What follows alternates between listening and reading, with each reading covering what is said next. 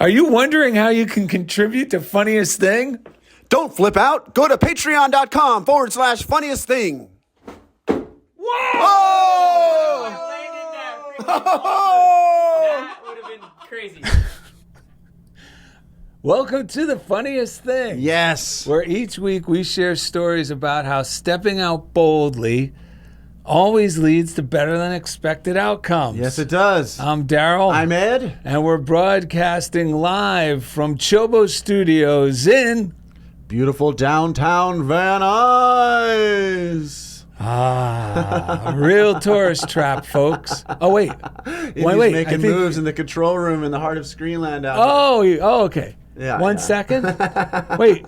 These Hollywood types, man, it is hard to pin them down. What do you got for us? Well, today's show is What a Wonderful World. Yes. With Satish Kumar. We are joyfully standing by, hoping he chimes in from London. Well, he walks everywhere he goes, so. Yeah, I know, right? Hopefully he's got some good walking shoes on. He actually walked 8,000 miles in 1962, met Martin Luther King Jr., among other things. So he was a monk. We are excited to hear from him. He has a new book called Radical Love. All right, What a Wonderful World with Satish Kumar. Life is consciousness. Yes. Our positive words and actions are not for us alone. Each time we elevate our consciousness by thinking and saying positive things, we contribute to world peace. On this episode, Darrell and Ed remind each other that as we connect with God and return to love, healing is spontaneous. And during the second segment, Radical Lover Boy Satish Kumar, author of Radical Love, kickstarts our heart with today's reading, New Beginning. Oh my God. So Wait. What is this? Wait a second. What do you got? That new beginning was from last episode. Oh, holy smokes. This episode, he's going to be reading World Peace. Well, that makes a whole lot more sense. See, I was wondering about that this morning. So, Satish. Well, while you're Peace. doing that, I'll let some of the listeners know Yes. that they may already be members of the Funniest Thing Club. Yes. I hope so. We're a group of truth enthusiasts who live each day as God's ambassadors of love. Yes. As we consciously radiate love, we perform everyday miracles and experience better than expected outcomes. Holy smokes, you are not kidding. If you're already living this way or strive to, then you may consider yourself a member. Yes. Oh. And this is the best part. Mm-hmm. We motivate one another by simply sharing how miracles occurred naturally in our circumstances as the results of living lovingly and expectantly. That's what we call connecting the dots. Yeah. When you go back and you go, oh my goodness, look at this happened, that's why that happened, that I thought was a turn for the worst, turned out to be a turn to get me to here. Right. And we get to see that, as Nancy Norman puts it, I hate to ruin the ending, but it all ends up good. Yes, that's right. You know, thinking about the show and world peace and Satish coming on and all of this stuff, we were talking about this earlier. One of the things about New Thought and this metaphysical movement is that throughout history, people, regardless of what's been going on in the world, what kind of circumstances are happening, people who have found these principles and lived by them have continued to be happy, healthy, prosperous, and experience peace in their lives. Yeah. And it's a big shift, though, from, although a lot of the spiritual teachers and the truth teachers have taught that it's a shift from trying to change what's going on out there to making a change within ourselves.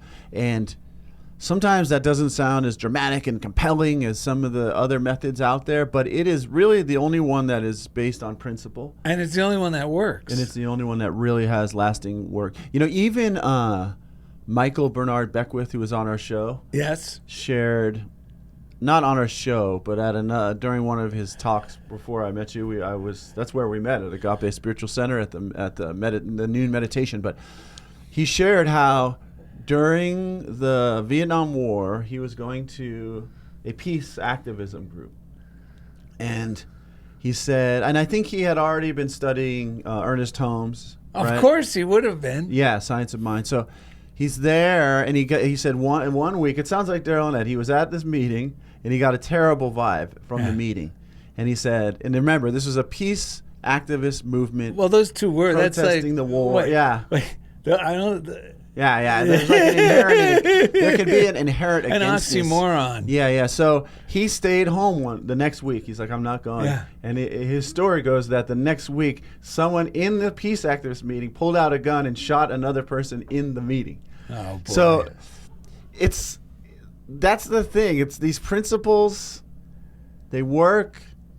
They are real, and they bring peace into our own heart. And that peace has a dramatic ripple effect, starting with our own self, because we can't bring peace, prosperity, joy to others until we are connected within ourselves to that very thing, right? It's like if your pitcher, you can't serve water to other people if there's no water in your own pitcher, right? So this stuff allows us to fill up.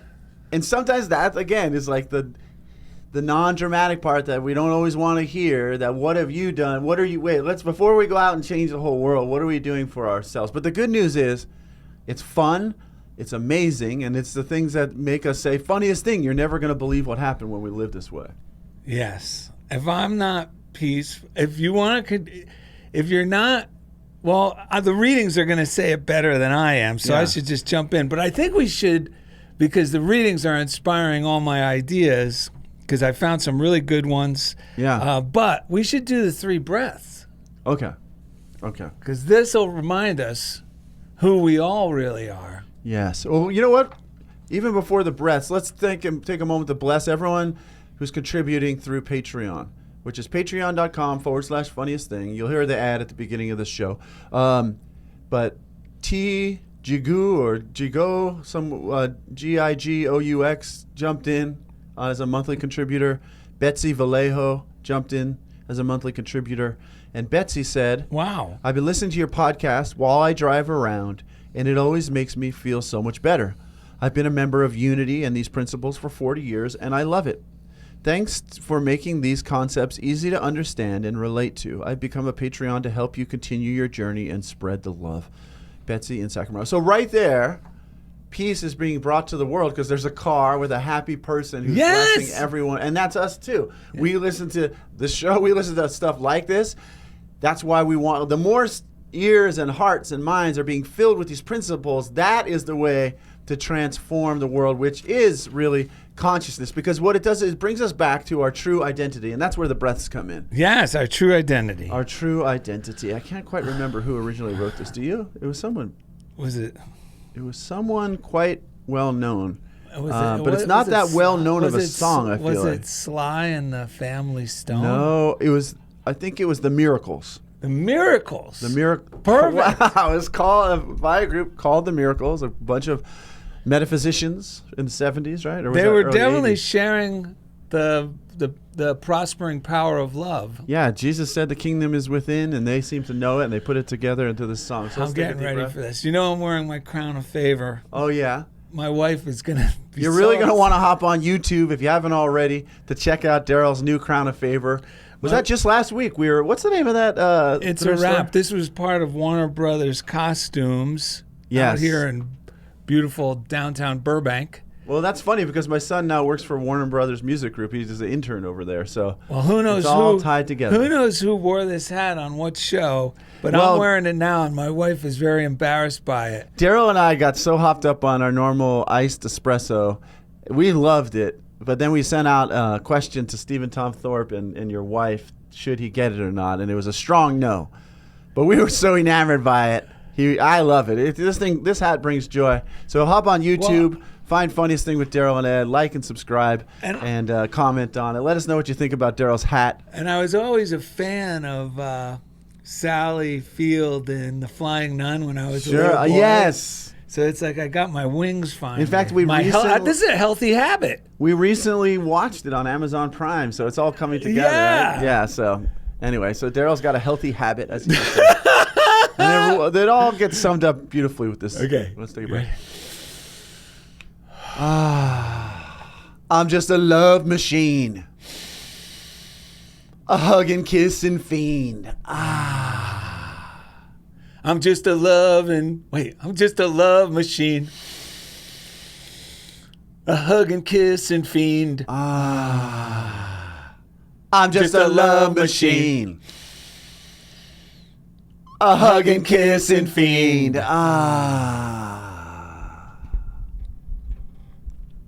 You know, that's a great affirmation you can use if you're hanging out with your family, for example, and you forget who you are, you know, because as is known to happen, you know, all these old patterns get reactivated, whether you're at work or with your family or some old friends or something, or you're in the DMV. If you could take a moment to sing that to yourself, because Darrell always points this out, and Florence Scovel-Shinn points it out, and you want to override your rational mind, because a lot of times what we call our rational mind is like where the neural pathways are well worn in, so you're used to thinking this way. So you take put it to a little melody, remind yourself, I'm a love machine. A hug and kiss and fiend. And if you laugh at yourself in the process, that's even better, because that's Lowell Fillmore talks about. That's the pressure being released from all the tension that's built up, and that's your spirit coming back to life. So we love things that make us chuckle and remind us of who we are.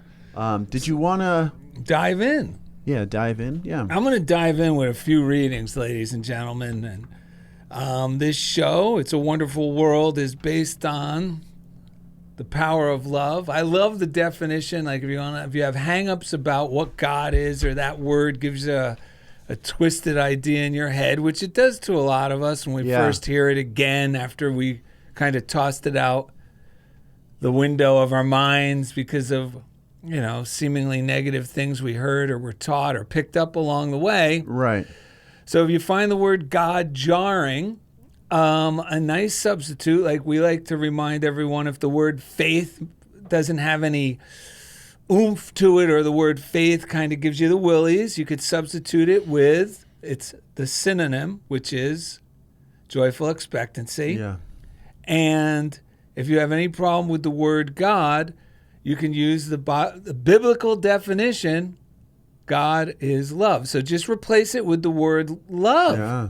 And you'll be amazed how those verses will still speak to you, but even probably more so. Yeah, you could put life in there as well. That will also ring true, because God is life. God is love. The Taoists just called it the way, how things work. It's amazing. Yeah, well, I just said love because of today's topic. Yes. And this is from a book that we've recommended in the past. I still highly recommend it. Love is Letting Go of Fear, from Gerald G. Jampolsky, MD. Well, you know what? You said the topic with the title was It's a Wonderful World. And that's what Jampolsky, all this stuff is to help us to remember that the world doesn't need to change. We just need to change our view of the world and look at it through a loving lens. Yes. I like what you're saying there. Yes. Yeah, because then everything changes. Mm-hmm. So this is key here. And I read, we read this stuff. We do a morning routine. If you want to contribute to world peace, we highly recommend you do a morning routine where you wake up in the morning and you get yourself into a nice, peaceful, optimistic state of mind. Yep. That's what the Eagles sung about. Peaceful, easy feeling. Yeah. And it's because that within me ripples out. Even if I'm not consciously thinking loving thoughts about the world, me just being in that peaceful state, enjoying my surroundings or whatever I'm doing in the moment, is contributing consciously to the world peace. I'm now part of the solution instead of part of the problem. Yeah. Part of the problem is when I'm grumbling, not necessarily about world affairs, but can't believe it, I got to pick this up later. And I do a lot of grumbling, folks. Sure. I don't always contribute to world peace, but being aware of it helps me return to it more often throughout my day. So this, if you have the book, it's on page 51. It says, all that I give is given to myself. To give is to receive is the law of love. Under this law, when we give our love away to others, we gain. And what we give, we simultaneously receive. The law of love is based on abundance. We are completely filled with love all the time, and our supply is always full and running over. When we give our love unconditionally to others with no expectations of return, the love within us extends, expands, and joins. So by giving our love away, we increase the love within us, and everyone gains. Yes.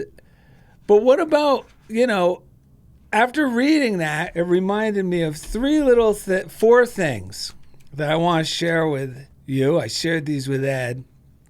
And these are the four things. And I even wrote to myself, today I experience instantaneous wholeness knowing these four truths.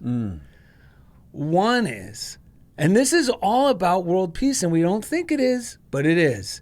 Let me realize today that the problem is always some form of grievance that I would cherish. And think about that for a minute. Anytime you're upset or I'm upset with anything, it's because I see something I don't like, or I see something I don't agree with, or I see something that scares me and I want to denounce it. Yeah, Course in Miracles. That's a Course in Miracles. That's Course in Miracles, yes. So I reinforced it with another Course in Miracles. This is number 2. Only thoughts of love are real. Only thoughts of love are real. So do I want to think harmful thoughts about, like, I'm upset with somebody? When I'm upset with somebody, I'm thinking unreal thoughts that are just causing me harm first. Not him, not the person, but it's starting to now seep into the consciousness of the planet. Yeah. I can't say it's okay for me to be upset with this guy who cut me off in traffic and while I'm talking to someone on the phone about world peace. It's just, I need to be an example of world peace. So this helps me behave. This helps me behave in accordance to these principles. Let's pause for a second because I was thinking of that word cherish, which I never really liked from Course in Miracles. But that always often means I just need to look at it in a new way. Yeah. So because it goes along with what Emmett Fox calls the bear hugs kettle idea. Yes. Like we may not even think of it as cherishing these hurts, but what we're doing is we're holding on to them. And he calls it like when a bear comes out of the woods and it grabs onto a scalding hot pot. He gives this example that it freaks out and it holds it closer. Its natural instinct is to squeeze. Yeah, instead of letting it go, this feels bad. So when we talk about cherish, what happens is our energy is holding we're holding our love in by replaying this fearful, painful idea. And when you said that, it's like sometimes it's happening like inside us, like down here. If you're on YouTube, it's just like in our gut, like in our older programming, it's happening. While our head is talking about world peace, like you were talking about, down here is still grumbling. And it's not a moral judgment, but we're not getting the full oomph and the joy out of life when part of us is still hanging on to this grievance. And a lot of this is unlearning. That's why Darrell talked about a morning routine and how important that is. You got to have it takes practice to unlearn and reroute our wiring and our thinking, because it kind of automatically starts to, like, once we've gotten in the habit of gripping onto it, we have to unlearn that habit. So go ahead. So follow that up with look, if I'm upset with somebody or something and I remind myself only thoughts of love are real, then I got to let go of this. So I have to remind myself, because I was thinking about some of the recent things that were upsetting me. Yeah. I got my car back from VW, from service, and it was the first time there was like the mechanic must have eaten a McDonald's or something, because that was in my cup. The rolled up thing, like the rolled up wrapper was in the cup holder, and there was grease all over, handprints where the electric windows are. So I told the guy who cleans the car, I said, "Oh, can you get this?" And then I was kicking myself for not telling somebody or taking a picture of it. And all that doesn't feel good. That's cherishing the grievance. That's cherishing the grievance. So I had to remind myself, because part of you goes, no, you should write a review. You should talk to the manager. But you know what? Do I want my indignation or my demonstration? Is my goal peace? My real goal is peace. Yeah. So I remind myself, forgiveness. And you go, well, you got to say something. No, I don't remember that. The book of our guest, if he makes his appearance, is radical love. So I got to practice radical forgiveness. And you go, yeah, but if you forgive, you're going to keep getting stuff. No. Because forgiveness, I reminded myself, transforms and redirects for the better. So you're thinking, well, I need to let everyone know that guy's a creep or that business gypped me or what. No, you don't. Because just forgive them, stop carrying the grievance portion, right. Bless them, let them go. And you know what? You'll be redirected. And there's that verse in the Bible where God takes care of that stuff. I don't need to, meaning the law of compensation. Right. What you put out, you get returned. I don't need to get involved with that. Right. And then finally, this was the kicker that really made me feel good, that I'm going to try to remind myself throughout today. Mm-hmm. In all things today, I am aware that, and I made it like an affirmation. So in all things today, I am aware that it's a miracle I'm doing this. Yeah. It's a miracle we're doing this podcast. Yeah. It's a miracle we're doing anything. Yes. Everything is really miraculous. That is helpful. And to drive this home, if you are stuck, Ed and I, this show is all about Darrell and Ed reminding each other to be peacemakers, world peace. Yeah. You don't have to go march because it takes more, it creates more of a, this is what Ed was talking about at the beginning of the show. It doesn't seem as sexy as the people call it these days. Yeah. But it's if you really want to make an impact, practice these things throughout your day, and you will be contributing more to world peace than stomping your feet in a parade. Well, you know, for world peace. That makes me wonder, like, if when I really ponder it, like, is my day a peace march? Yes, there you go. Like, I love that. Is my normal day, because like in your case, you brought the peace to the car dealer. Yes. You probably let the guy, maybe he was rushed and stressed, and maybe he doesn't know, and whatever. And I was even kind to the guy who cleaned it. Yeah, because I had that experience where I pulled up twice this week at my school. Once, some guy's like underground taking out all this wires, and he's like, well, you'll have your internet's going to be down at 9:30. And I'm thinking, well, everything I do in my school day is on internet, right? And I go, you know what? Because this was I'm either going to grab the indignation. Yes. Or I'm going to flow with the love, which is more of a letting go process. Yes. I let go because the indignation, the cherished story, because this is the other thing.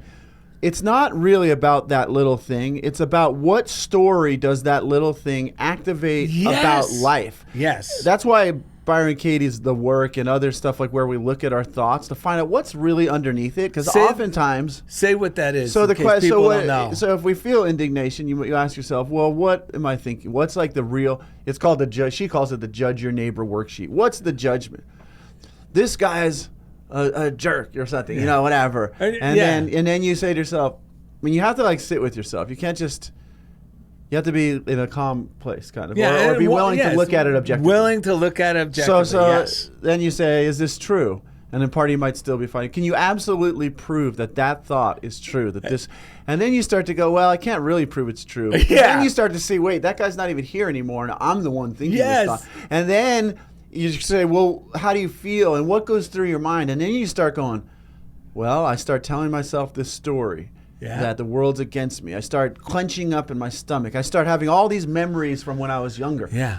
And then you start going, well, what would it be like if I let go of that thought? And then, then you start going, wow, my life would be so much freer if I wasn't thinking and feeling. And now it's it's so clear that it's not about the person. And then it's like turn it around. So it's that guy's not being a jerk. This is what I went through recently. That guy's not being a jerk, because you turn around from he's being a jerk to he's not being a jerk.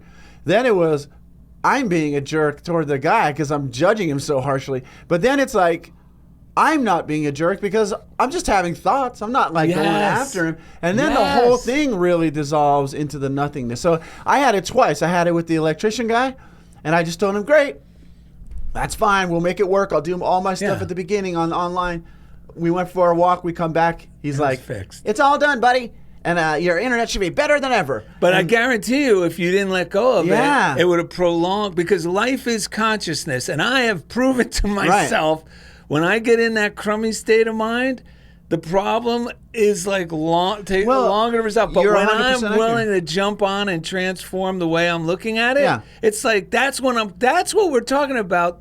The show's title, Funniest Thing, because that's when we're calling it. You're not going to believe it. Yes. It seems miraculous, but it really isn't a miracle. It's just a demonstration of a law that is as real as the law of gravity. Yes. And so you're right, because if I was cherished, other story with this guy was, this district never schedules for summer school. They don't even a whole story. Respect that I'm here, blah, blah, blah. That was the cherished thing, but I let it go. 2 days later, I come back. Now there's guys up in the ceiling. They're doing the air conditioning. The whole place looks disheveled. And again, I was almost going to cherish these stories about the district and this and that. Instead, I go, hey, guys, what are you up to? Yeah. Oh, we're just changing the air conditioning. I go, are you guys going to, will it be a problem for you if we're working in there? He said, no, we're just going to be in this room. And they were done so fast. Yeah. And then all of a sudden we had better air conditioning. And the whole time, my life became the Peace March, because I became friends with everyone there. I didn't make them have an issue and have a bad day, and then they have to call someone there. And no, everything got resolved so quickly. And it really took a conscious relaxation. Do I really want to cherish the story that I'm a victim and the district's stupid and this and that? No. And I didn't. And thank God I didn't, because I have had the best experiences as a result. Well, you brought us to the perfect time to share this point. And if you have a pen or pencil, or if you're listening to this while you're driving, you can play it back later. Yes. But this is a great tool. This is, once again, from Love is Letting Go of Fear with Gerald G. Jampolsky. Yes. So here we go, folks. Throughout the day, whenever you are tempted to see yourself as victimized, we got to remember, when we get angry at somebody, we tend to, in our minds, to think, well, we're the righteous one. But we're angry because we're putting ourselves in the role of the victim. Yes. It's actually a victim mentality. Yes. When we're angry. It's not a powerful, dignified sense of being when we're angry. That's the lie. Right. Because the truth is, we're seeing someone else has power over my circumstances or my day or my life, and I'm a victim and I'm mad. Right. I'm upset. So that's what he means by this. So throughout the day, whenever you are tempted to see yourself as victimized, that means anytime you get upset, right, or you start cherishing a grievance, repeat, only my loving thoughts are real. It is only these I would have in this situation or with this person. And he even says, drop in the name, specify. So you would say, only my loving thoughts are real. It is only these I would have in this situation with the AC repairman. Yeah. Or whatever it is, or the VW. And the VW service department. And it really is transformative. One last thing to keep in mind, to wrap this up. This is from another little morning book Darrell and Ed read from, a book of daily meditations for men, but they're strong enough for women. Touchstones. And it's this. It was from yesterday's reading, and I'm just going to read this one line. This is a great question, and this helped me a lot today. Shall we put energy into what we seek and admire, or shall we give our energy to opposition and resistance of what we dislike? Shall we put energy into what we seek and admire, or shall we give our energy to opposition and resistance of what we dislike? That's exactly what we're talking about. That's exactly. So if you want to send something to Funniest Thing, by the way, P.O. Box 1312, Culver City, California, 90232. Kat Hurst on YouTube, by the way, said she was talking about Thankful of Thankful. She said that was our last show with Will Rubio, which was amazing if you haven't watched it or heard it yet. This show was spot on and on time for me. Thank you. I'm so grateful for you all.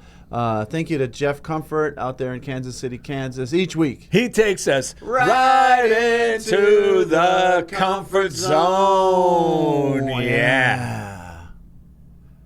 All right. Thank you, Indy, over here at CHOBO Studios. How are you today, sir? Doing great. Also, Darrell, I forgot to tell you, I just got a part-time job at VW Culver City, so that may have been me. the rapper.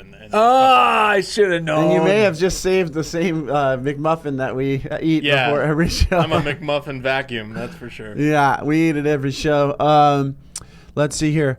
Oh, there was a great reading, and then I'll take us out of here. From Sue Hodgson. If you want to get her daily metaphysical quote email, you can email her at Hodgson, SHODGSON31@gmail.com. She gave us a great Marianne Williamson quote, which is perfect for the show. She said, "Our relationship with God is really our relationship with ourselves, for in no way are we separate from him. Aligned with him, we are firm within our own power. Thinking ourselves separate from him, we are cast into eternal chaos and fear. To know that we are one with God is to know that we are infinite love. When we're not loving, we're literally not being ourselves." That you should read that again. That is it in a nutshell. When we are not loving, we're literally not being ourselves. Infinite love is not an attribute of our being, but rather the essence of our being. Our only real problem is that we have forgotten who we are. When we forget that we are love, we forget to love, and it is a choice, not identity, that determines our experience.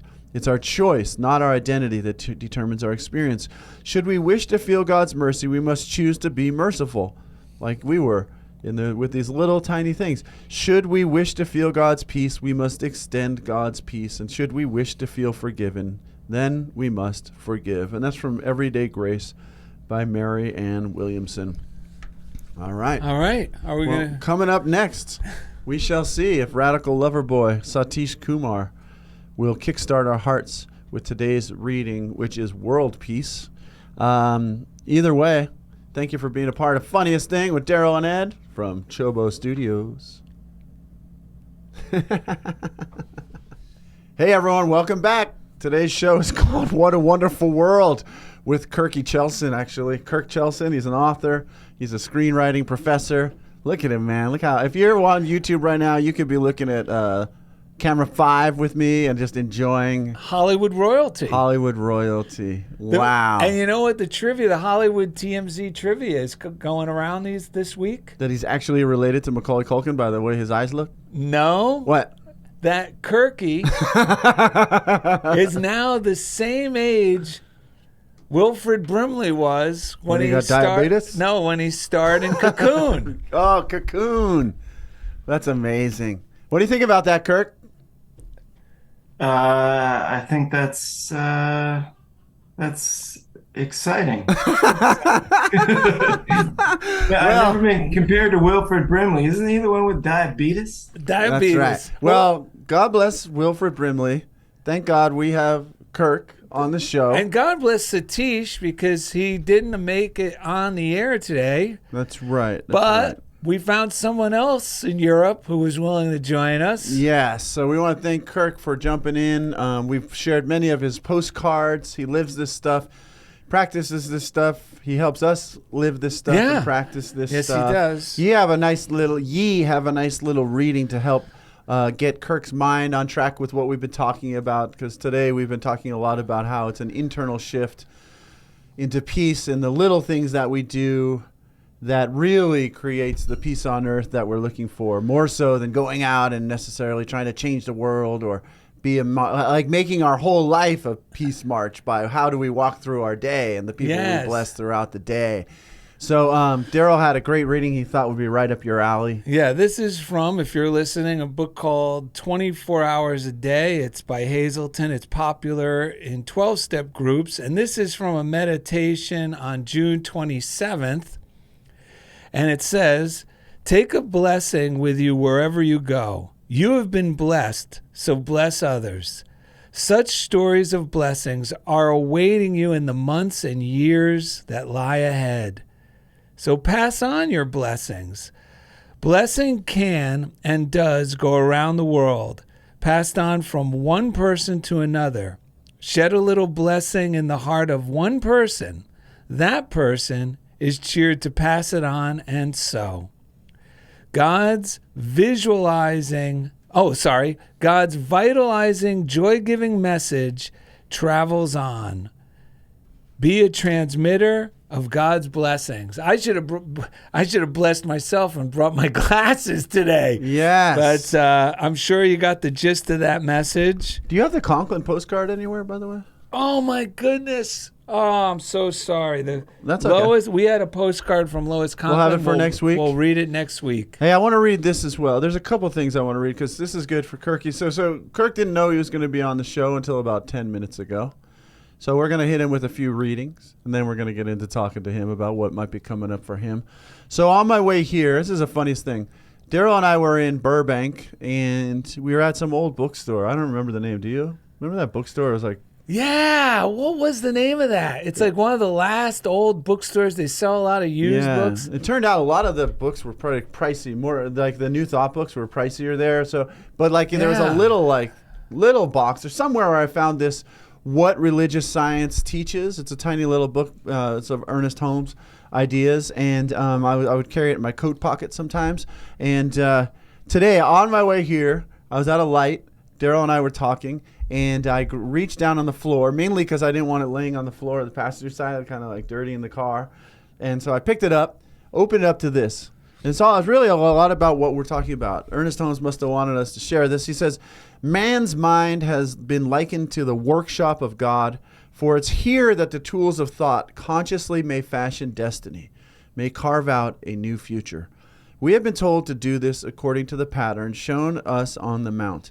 This means that we are to formulate our ideas on the premise that there is an all-sustaining power and an all-pervading presence around us and an immutable law ever serving us when our lives are in harmony with the divine nature, which is who we really are. Through an exact law, demonstrations follow the word of faith. This calls for a surrender of the intellect. That's the part of us that would want to cherish I should do this, I should do that. This calls for a surrender of the intellect to a spiritual conviction which dares to believe, disregarding any evidence to the contrary. We must continue in faith until our whole mental life, both conscious and subjective, responds. If we would pray and prosper, we must believe that the Spirit is both willing and able to make the gift. But since the Spirit can only give us what we take, and since the taking is a mental act, we must train the mind to believe and to accept. This is the secret of the power of prayer. Yes. And then Robert A. Russell, this paragraph from "You Too Can Be Prosperous" has been jumping out all week, and for me, because this is really about meekness, living this way. Because it's funny, I didn't tell you guys this story. So I was with Darrell and Steven, and I was in One Culver, and where we often meet, where we do our prosperity Zooms from, if you're on Patreon. And so there was this whole thing about our reels on the show. Indy was involved, Darrell was involved, and we had one method where Indy would listen and do all the reels and so on and so forth. And then there was like different ideas about what should be on, what shouldn't be on. So then it ended up, Indy gave, which is a cool idea, gave us the choice. Yeah. Which started as me having the choice and like kind of turned into another thing on my list of things to do, right? So I had like a subtle resentment or not so subtle resentment about, because I was trying to be the go-between between Darrell's ideas and Steven got involved and blah, blah, blah. And so it turned into this. So we're at the One Culver, and I just brought it up, right? Yeah. And because something came up about the reels now as well, because of all the stuff that, because Steven and I had a chat, and I had told him, don't call Indy with your ideas. Right. Let me do that. Because I like it at the SNL, like, it's good that the creative branch has these strong ideas about what should and shouldn't be, but there has to be like a middle person who can then communicate these ideas in like a manner that doesn't set people off. Yeah, that's what I told him, but he ended up calling the next day anyway on his own, and so like the manager in me, which is crazy because I was always the crazy creative talent when I was in bands and stuff. So now I'm kind of like crazy being like the level-headed guy. So anyway. All of this was just, it's long gone and everything's worked out, but it was still in my brain, right? So I said it to you guys. You were cherishing it. Yeah, I was subtly, but not so subtly cherishing it within me. So I brought it up and Steven was like, I don't remember calling. And I'm like, part of me is going, and this is just making this fire inside. We had an hour conversation. Yeah, and he was like, I don't remember. What do you mean? And then he immediately said, which what we always say, oh, that's great. Now you're doing it. And I'm thinking, yeah, that's great. Now it's one more thing on my plate that I have to do each week, right. I wasn't quite, so I almost was like inside this fire. So, but I was like, you know what? I can't cherish this. This is not going to feel good for, if I like, part of me is like, I got to say something.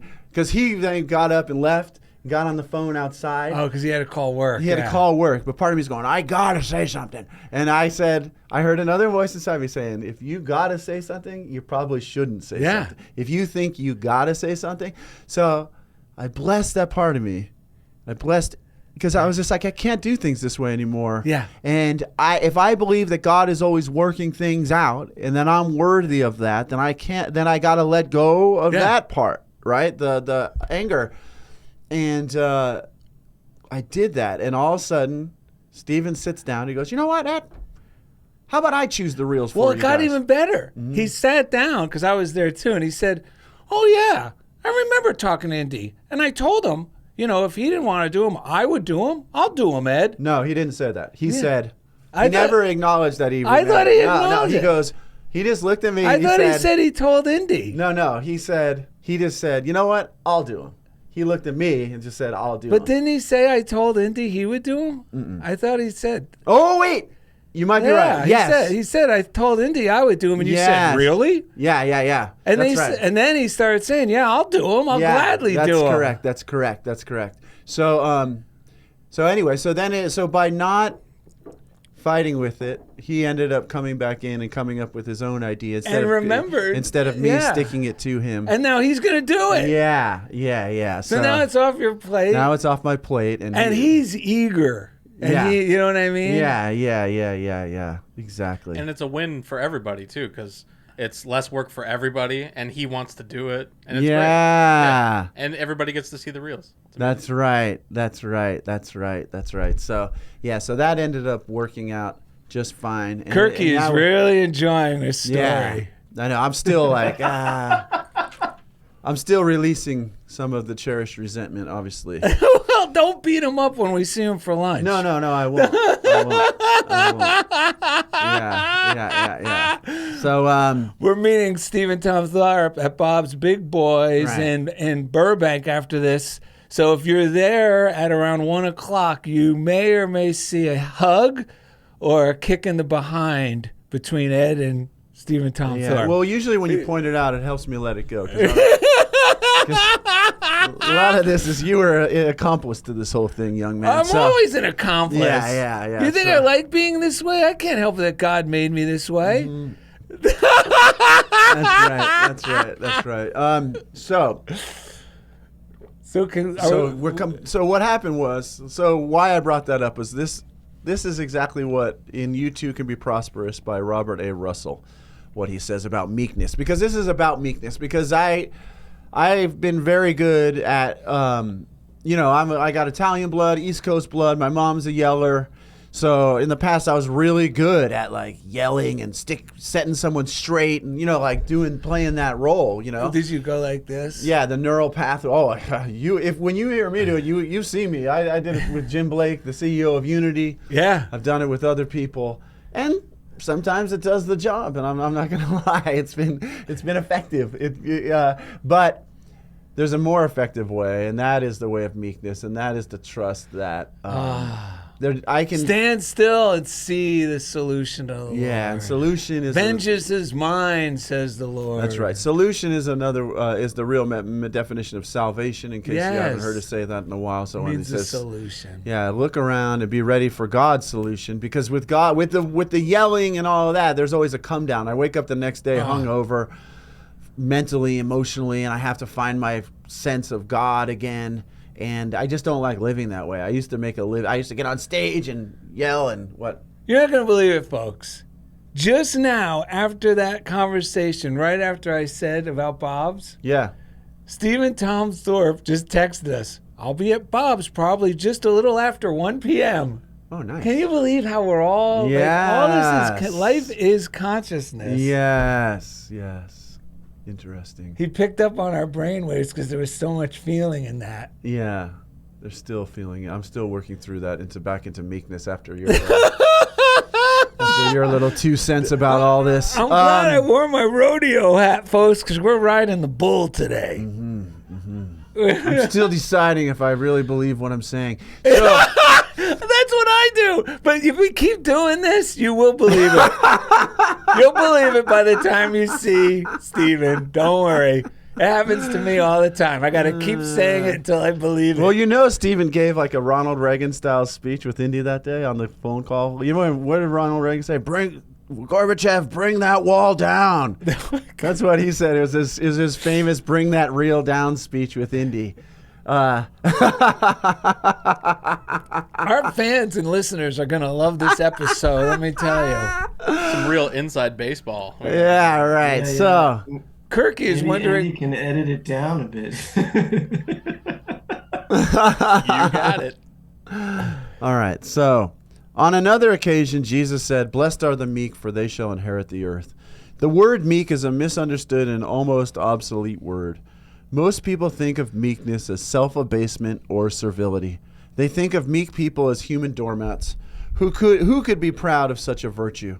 Such a virtue is a liability rather than an asset, they say. What we need today are aggressive, self-assertive, two-fisted, big-muscled, heavy-handed men. Blessed are the meek, for they shall inherit the earth. Pooh! What kind of talk is this? What chance has meekness in a world like this? That's so common today. People say the same thing. Perhaps we should study again the lives of the mighty meek men in the Bible, and study in particular the lives of Moses and Jesus. Meekness is the virtue of which Jesus seemed to be most proud. Learn of me, for I am meek and lowly in heart, he said. The meekness he referred to is that quality of mind that keeps the consciousness open to the good. A meek man is not a spineless creature, but a strong man grown tender. Yeah. The meek man is the gentle, patient, open-minded man who has entered upon his inheritance. Yeah, and he's the confident man because he knows that all things come together for good. That's right. And we've already inherited all of our good. We've inherited the peace. We don't have to earn it. We don't have to stick it to anyone. We just have to let it in is the bottom line of all this. We have to stop the war that goes on within ourselves, often on a daily basis, and for myself, I can speak about this. This is what the daily morning routine helps to do, and talking about this stuff is to realize I got to let go of all of the crap that has anything to do with judging my worthiness or anyone else's worthiness, and be more like the students that I teach in my summer school, which is show up with a smile and just trust that everything is always working out for you. And you contributed to world peace. Yeah. How did I do that? By the way you treated the whole situation with Stephen Tom Thorpe. True. Because look at how it was a peaceful demonstration. That's the real reason of peaceful demonstration. Well, and it's better than I could have ever wrestled through anger or struggle or sticking it to someone. That's a peaceful demonstration. You know, they call we're having a peaceful demonstration. That's not a peaceful. This is a peaceful demonstration. Yeah, we got. It was a moment of getting to act like the important person that we read about in that Swartz book, which is an important man. The CEO wouldn't go down and rip everyone a new one. He would laugh at the whole thing and agree that this whole thing turned out for the better, and then it did. And now look what's going on. It's like one less thing for me to. And it's not like I resent doing it because it's hard. But it was just like I write a column each week. I'm teaching this and all. So it just worked out beautifully for everyone. So, Kirky. Can we bring Kirky? Let's bring in Kirky, man. This whole thing is a new experience. Kirk, thank you for bearing with us because usually we have you for the first segment of the show. And we did not today. You jumped in very lovingly. So, what's Kirky's feelings on all No, this? I saw the phone ring, and I know that it's showtime because I used to accidentally sometimes call during the show. So now I know, all right, Saturday night in Europe, don't call. And then I saw the phone ring and I thought, uh-oh, either they got in a fight and someone stormed out of the show. Yes. Or Johnny or somebody bailed and forgot that they were supposed to be the guest. So I don't know. But it was nice. It's always nice to get a call from either of you guys. It's always nice. It's always positive. It's always nice. So what do you think about what we've been talking about? Yeah, this whole world. I missed the first part only because I was actually working. It's nighttime here in Germany, and I'm a little bit behind on some things. So I usually listen to the show during the week when I'm driving around or when I'm walking my dog or whatnot. But what you were talking about so far, man, I mean that Ernest Holmes was so packed. It was like I feel like you could unpack each sentence in that, and you can have a whole show on each thing. I got to keep it simple today. I like that you always talk about a routine on this show. And Darrell's the person who sort of introduced me to a morning routine many years ago, and it's probably the most valuable tool I have in my life because I need to slow down and get sort of in touch with myself or with God or with the world or whatever you want to call all these things at the beginning of my day. It's not, I don't do a morning routine because I'm virtuous. I do it because uh, it puts me in my best place. It calms me down. And all the noise, all the chaos, all the stuff I have on my list of things to do, all the demands people may be making on me, it's so much easier to handle all that stuff when I've sort of lowered my heart beat or just lowered my breathing or just sort of tuned into myself, you know. So, you know, I like what Ed was sharing about just sort of letting these situations happen, and not trying to use force to somehow solve them because I think that's what he was talking about. I mean, that's the sense I got out of it. Because my gut instinct often is to shout, is to rage, you know, to throw, you know, to respond to something with that sort of heat or that sort of solution oriented stuff. But a lot of times it's just to do the opposite, to listen, to wait, to pause. You know, I can't, you know, this daily word reading, world peace, I can't bring peace. I can't be peace if I'm not peaceful. You know, I can't, and I can't stop wars out there with more war. You know what I mean? Like it Mm-hmm. doesn't work that way, at least for me, at least in my experience. So, those are some of my thoughts on what you were sharing before. And yeah, I mean, and oddly enough, you know, your show sort of helped me out today. Yesterday there was a lot going on in my work life, in my family life, just in my life, and you know, I need to sort of slow down. Last night when I woke up, I felt some of that residual energy, and I started out with a nice morning routine, and I listened to last week's show with Will Rubio, and man, the next thing I knew, it was like all those things that I felt like I needed to deal with. Half of them I knew I didn't need to deal with anymore. Mm. And the rest, I had a different energy, and it was a lot easier I wasn't even dealing with them. I was just sort of enjoying them. They were working themselves out, or I was working them out, or both. And then there was a point during my day, I was listening to your show after I'd done my routine, and somebody was there was a parking space and then there was a open space I was trying to get into and there was somebody in the space right next to me and they had their door open. They were putting in a kid and it was taking them a long time. I mean, it must Mm-hmm. have took 5 minutes to put this kid in the back seat. It seemed like it was one of those situations where maybe they had never done it before. And I thought, I'm not in a hurry. I got the funniest thing on the radio. I'm just gonna take my time. And so I waited, and someone behind me was getting sort of angry. So I moved up a little bit so they could get around me.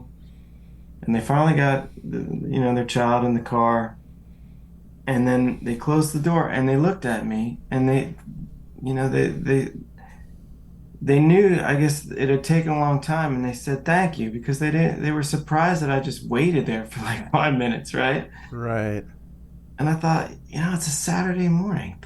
Thank you. Thank you for slowing me down even more, because in a way, it was a little gift that I was able to slow my day down even more, because there was, like I said, I have kids, I have a dog, I have a lot of things that are going on. I have a lot of work these days, and I have all these other demands that were sort of lined up waiting for me. But because I approached them with this sort of, peace that I had today, and it's not a peace that I naturally have. I'm not like a naturally peaceful person. Like, Right. I'm impatient. I'm quick to judge. I can be angry and shout really easily. But when I do this stuff, when I do a morning routine, when I read Ernest Holmes, Emmett Fox, The Daily Word, when I listen to your show, it brings peace to me. And then only then can I bring peace to the world around me. Mm-hmm. I'd love to stop the war in the Ukraine today, but I think all I can do is stop the war in my heart and in myself and in the world around me. And hopefully, like Darrell was talking about, that has a ripple effect out in the world if enough people are doing this sort of stuff. I truly believe that, ultimately it echoes and ripples outward. Satish just jumped into the waiting room. Well, you know what? I gotta share something, because Kirk, you reminded me of something really significant.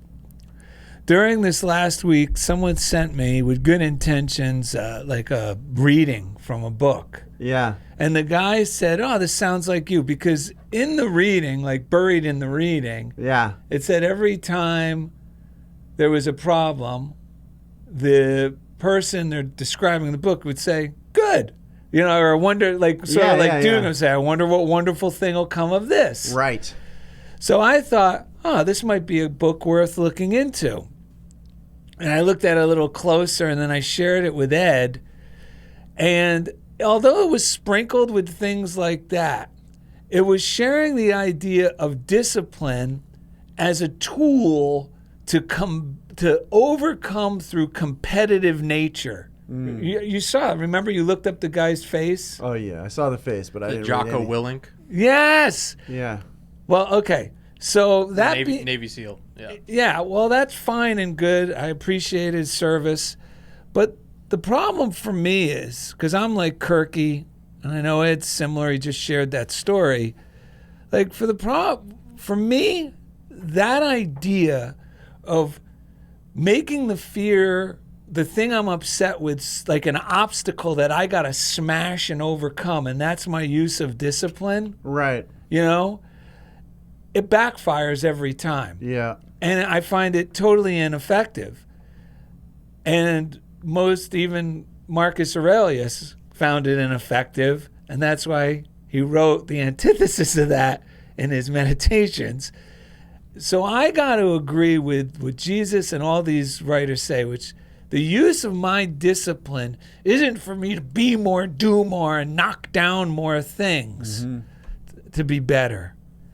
No, the discipline for me is like, the root word disciple. It means I have to be willing, like Kirk did in his story, to use discipline on this part of me, the raging Mr. Hyde, in Dr. Jekyll, Mr. Hyde. Right. To bring him back to, like the word disciple, to follow the loving leader. Yep. To use whatever tool I have at my disposal. And I'll do it too. I'll pop in, Catherine Ponder talk that's on iTunes, whatever, an iPod, Joel Osteen, I don't care what it is, or even meditative music sometimes when I'm driving, and it transforms everything. And sorry for my hot pocket. That's Indy's hot pocket is ready, folks. So that's the discipline Darrell and Ed remind each other to practice. That's meekness. And we had a guest on here, a representative who did actually march with Martin Luther King. Right. John DeBerry. And even he said emphatically, meekness is not weakness. That's right. And he meant it's standing within the peace and the confidence and faith of love being the ultimate power, and then bearing witness like you did in that situation, like you did in your situation, like we all do when we apply this type of discipline. Right. Seeing the solution occur. And we always feel so much, look, I get the chills. We always feel so much better afterwards. 100%. Like we're like Kirk, when you were telling that story, the whole time I'm going, oh, I know where this is going, and I know that good feeling. Yeah. And then, not just do we feel great, but now we're in that frequency that Ernest Holmes was saying. We're back in tune, in harmony with the universe.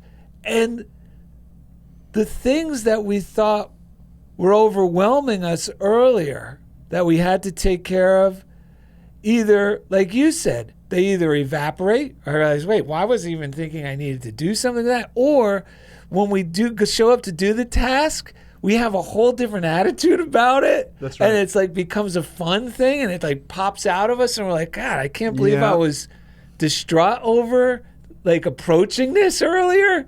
And we're calling each other reminders. That's the discipline I need to hear about over and over. Yeah. You know, excuse me. I love what you're saying, because when I was just thinking about, because this is like me still processing what I was describing with you guys about the show stuff. And what I realize is that I do a lot. I write columns, I teach, I do the show, but none of it comes from wanting to do a lot. When I used to try to struggle to do a lot, it was hell, man. I didn't get anything done, and it was done poorly when it was done, or it never lived up to potential.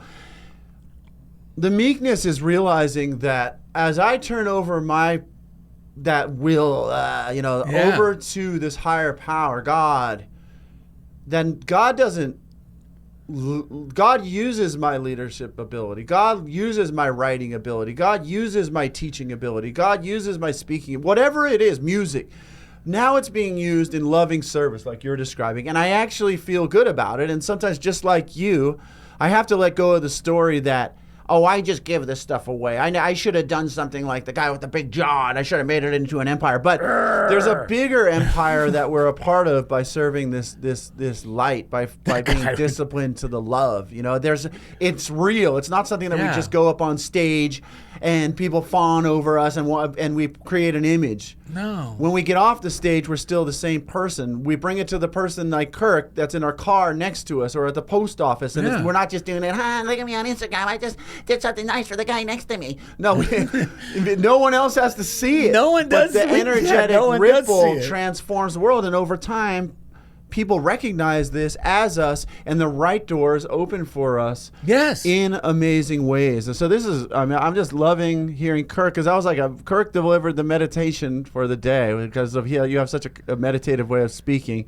And then what you share just helped clarify it even more. Is Satish still in the waiting room, or did he leave? Let me check. If he's still here, can we bring him and Kirk in for a quick minute? Let's see what happens.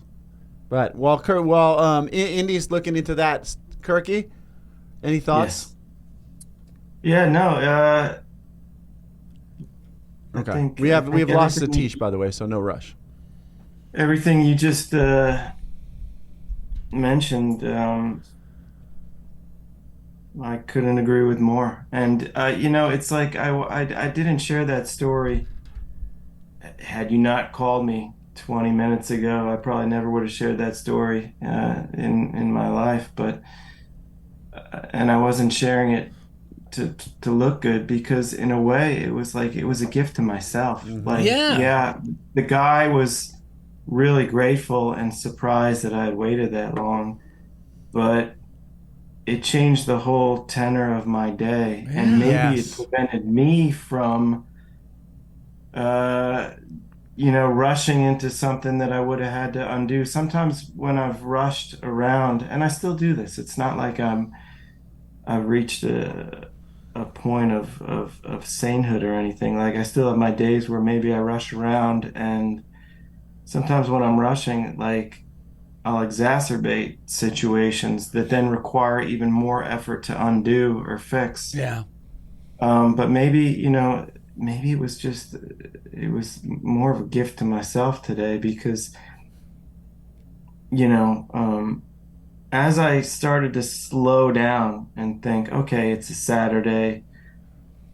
I mean, none of this stuff in the grand scheme of things really matters that much. Yes. Other than just taking care of those around me, like making sure, we eat lunch and stuff today and the dog gets a walk.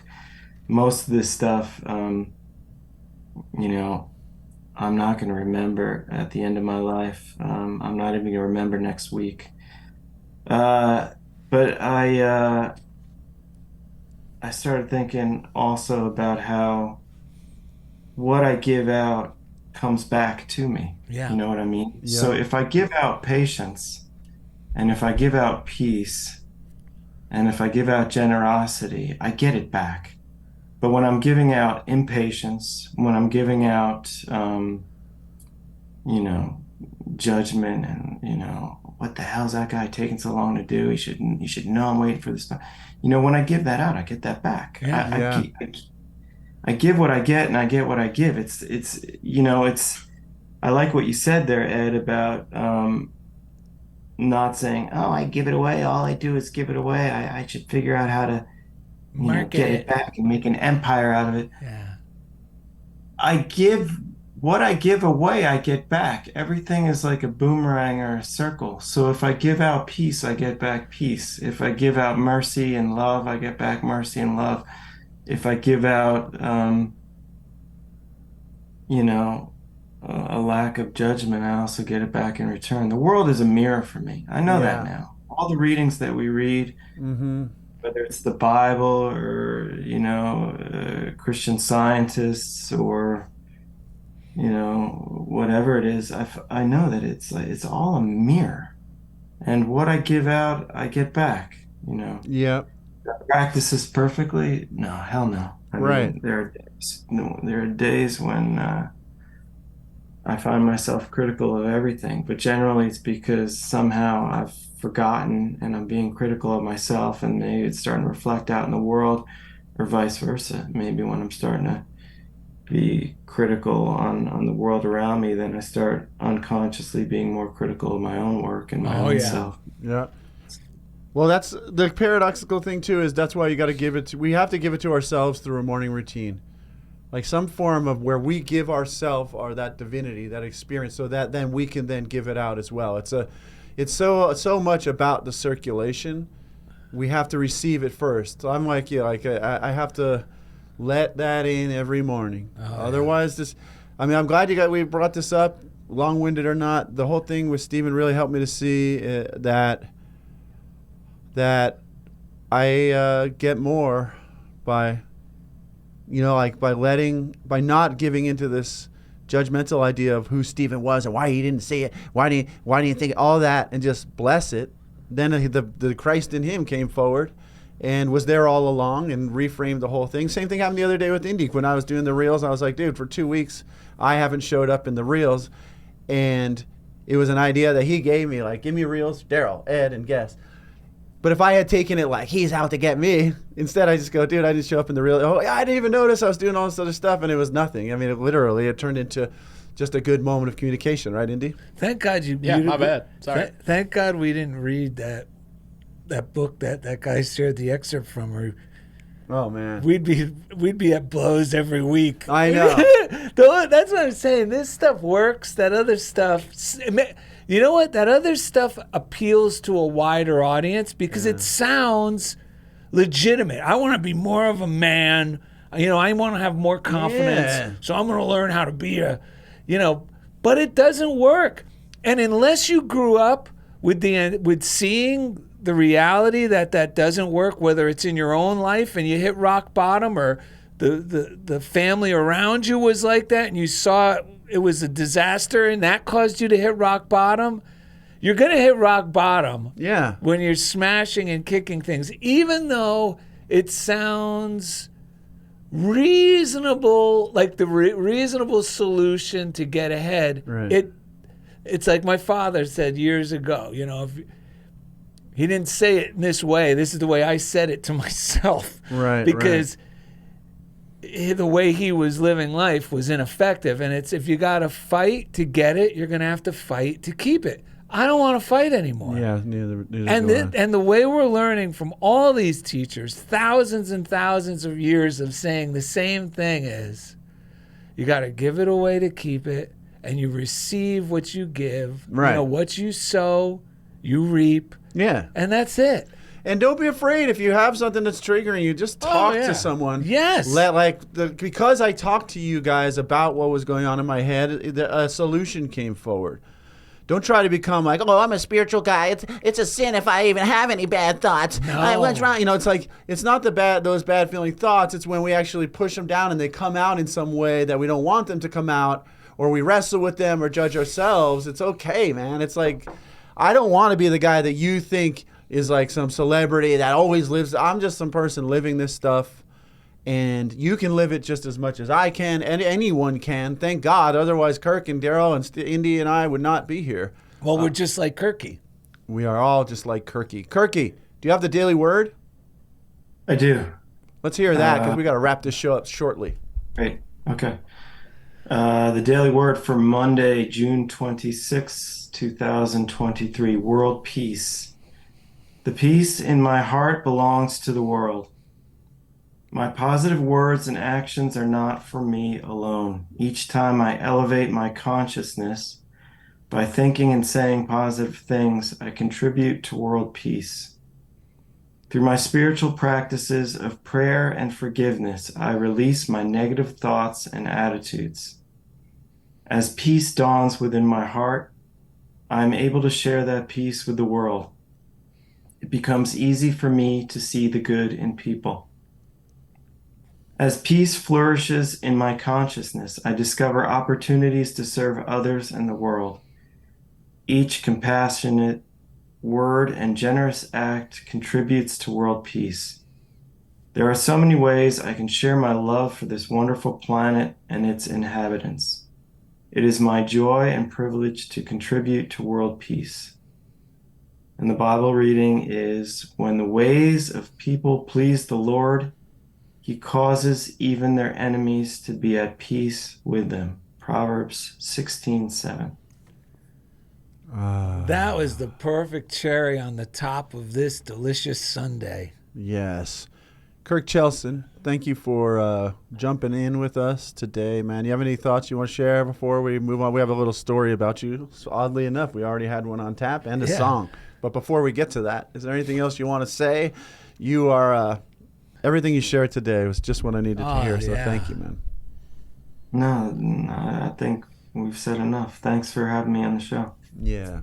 I mean, so Kirk is one of those people. It's perfect that you're here for this Stephen story, albeit it took a while to get to it, but Kirk's often the person I talk to whenever things are going on with all of us, and we all help each other stay in that space. So I appreciate you, Kirky.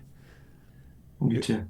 Darrell? I'm just waiting to see if Kirky's going to smile. It's a rare thing. Let's see if we can... He's smiling, folks. Wow. There it goes. All right. You saw it here on Funniest Thing with Darrell and Ed. That's right. He doesn't even do that in his Hollywood headshots. He doesn't. He doesn't. All right. Well, here's the story we got for you. Kirky was telling Darrell and Ed about his first love recently. He talked about how great it was until it ended suddenly. Kirky, like Darrell, was very into art at that time and had given the love interest all of his paintings. When the relationship ended, Kirky felt like he had nothing to show for it. Darrell and Ed said, Kirky, we understand. It happens to the best of us. Kirky shrugged. I loved her with all my art. He gave her all his art. His paintings. You know what that means, Kirk? If the joke is terrible, the guest the worse the joke is, the more we love our guest. That's right. So we must that really might have been the worst ever. So I feel really loved. Feel really good. I almost called you Kirkish because of Kirkish? Satish and Kirky. Hopefully we'll have Satish on again sometime, but thankfully we have a song about Kirk. Phil Collins apparently ran into cross paths with Kirky back in the day. Yeah, I think when he was performing at Basking Ridge, New Jersey. Yes. Where Kirky hails from. He was so touched by, just like we have been touched today by Kirky's wisdom, Phil Collins was back then, and he penned these lyrics. And this is what he said. You ready? Yeah. He's an easy lover. He'll get a hold on you, believe it. He's like no other. Before you know it, you'll be like Kirky. Be like Kirky. Visit DarrellandEd.com to find Kirky, easy we links love you. to everything we do. And thanks for being a part of Funniest Thing with Darrell and Ed. He's an easy lover. He'll get a hold on you, believe it. He's like no other. Before you know it, you'll be like Kirky. $500. Really? See, $200 for you, sir. $100 for you. What the heck? No. $100 for you. No way. Are you serious? Yeah, I'll give you $100. Of course. Thank you so much. When you record your podcast at CHOBO Studios, you're helping people in need. Here at CHOBO, we take a bold stance on helping the community by giving away 10% of all revenue, not just profit, to kind, hard-working people in the streets of Los Angeles. And thanks to all these wonderful podcasters, we've been able to give $1,400 this year alone through our kindness initiative, CHOBO Kindness. Brought to you by CHOBO Studios, LA's premier podcasting powerhouse. Follow for more.